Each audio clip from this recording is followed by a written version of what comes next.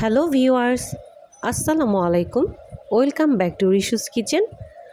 আজকে আপনাদের জন্য নিয়ে এসেছি আমি সবার কাছে অত্যন্ত পছন্দের একটি রেসিপি, যেটি আসলে আমি এটা বলবো না যে এটা খুব মেয়েদের কাছে খুব ভালো লাগবে বা শুধু মেয়েরাই খুব টেস্টি বলবো এরকম না। এটা আসলে আমাদের ছোট বড় সবার অত্যন্ত পছন্দের, অত্যন্ত লোভনীয় একটি রেসিপি। আর আজকের রেসিপিটি হচ্ছে চটপটি। তো চটপটি তৈরি করার জন্য আমি ডাবলি কিছুক্ষণ ভিজিয়ে রেখেছিলাম। আমি এটা 5 থেকে 6 ঘন্টা ভিজিয়ে রেখেছি। তো আপনারাও যখন তৈরি করবেন এটা 5 থেকে 6 ঘন্টা ভিজিয়ে রাখলে চটপটিটা খুব ভালো হয়। তো এই পর্যায়ে আমি ডাবলির সাথে কিছুটা পানি, তেজপাতা, পরিমাণ মতো লবণ এবং 2টি আলু অ্যাড করেছি এবং এটা এখন আমি সিদ্ধ করে নিব প্রেসার কুকারে। এটা নর্মালিও সিদ্ধ করা যাবে, তো আমি আসলে প্রেসার কুকারে করেছি। আর এই পর্যায়ে আমি তেঁতুলের টকটা এখানে তৈরি করে নিব। তো এখন আমি তেঁতুলটা কিছুক্ষণ আসলে পানিতে আমি ভিজিয়ে রেখেছিলাম, বেশিক্ষণ লাগে না, 10 থেকে 15 মিনিট ভিজিয়ে রাখলেই হয়। আর এখন আমি এই তেঁতুলের পানিতে অ্যাড করেছি পরিমাণ মতো লবণ এবং চিলি ফ্লেক্স অল্প পরিমাণ, কারণ আমি খুব ঝাল খেতে পছন্দ করি না, মোটামুটি এটা যেন ঝাল হয়।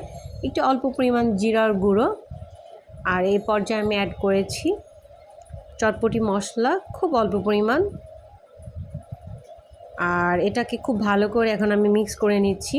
আর তেঁতুলের টকটা যেন স্বাদ খুব ভালো লাগে, টেস্টি হয়, তো এর জন্য আমি একটু চিনি দিয়েছি। চিনিটা দিলে টকটা আসলে খুব ভালো লাগে খেতে।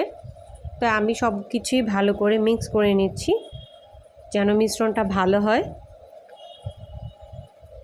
আর স্বাদ বাড়ানোর জন্য আমি তেঁতুলের এই মিশ্রণে অল্প পরিমাণ বিট লবণ অ্যাড করেছি। আপনারা চাইলে অ্যাড করে নিতে পারেন, তাতে স্বাদটা একটু ভালো লাগে।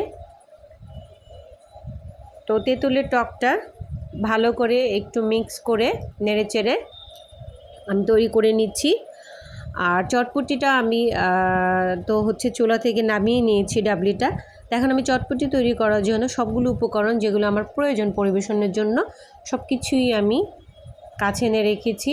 তো আমি এখন ডাবলিটা প্রেসার কুকার থেকে নামিয়ে এটাতে একটু চটপটি মশলা আর আলুটাকে ম্যাশ করে নিয়েছি, এটা ভালো করে মিক্স করে দিব। আর তেঁতুলের টকটা তো আমার বানানো হয়ে গিয়েছে অলরেডি। আর পরিবেশনের জন্য আমি কিছুটা শসা কুচি নিয়েছি, পেঁয়াজ কুচি নিয়েছি, কাঁচামরিচ কুচি নিয়েছি, একটু ডিম সিদ্ধ করে নিয়েছি। আর একটু স্বাদ বাড়ানোর জন্য এখানে আমি বিট লবণ অ্যাড করেছি মিশ্রণটাতে।